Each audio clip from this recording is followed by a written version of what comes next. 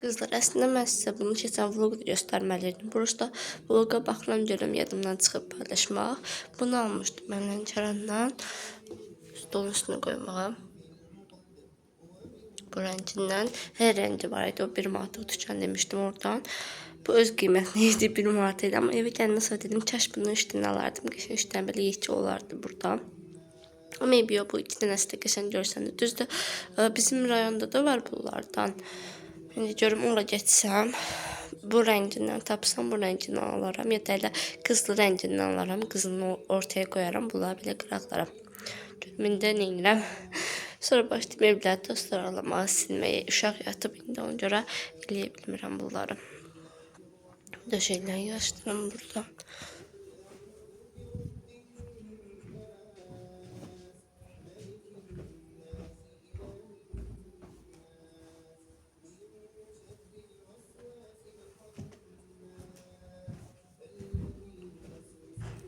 Hələ ki bunları qoyuram bura, ondan sonra divan üstünü dostlar yandan sonra getirib hər şey qoyacağım ora. Herkese salam, yeni bir vloga hoş geldiniz. Aslında vlog paylaşmıştım. Lənkərana getdiyim vlogu paylaşmıştım ama bir səbəbdən dolayı o vlogu silməli oldum. Ev yox, onca dedim bugün sizlər üçün təmizlik vlogu çəkəcəm. Bu video sırf təmizlikdən ibarət olacaq. Yəni indi bu yerlərdə danışıram. Ondan sonra səssiz bir təmizlik vlogu olacaq. Çox yazırdınız ki, təmizlik vlogu gəlsin, təmizlik vlogu gəlsin və təmizlik vlogu paylaşdım. Prosta belə deyil, nə danışacağımı bilmirəm o yerlərdə, ancaq təmizlik eləyirəm. Ona görə dedim səssiz sakit bir təmizlik vlogu olsun. Siz vloga baxın.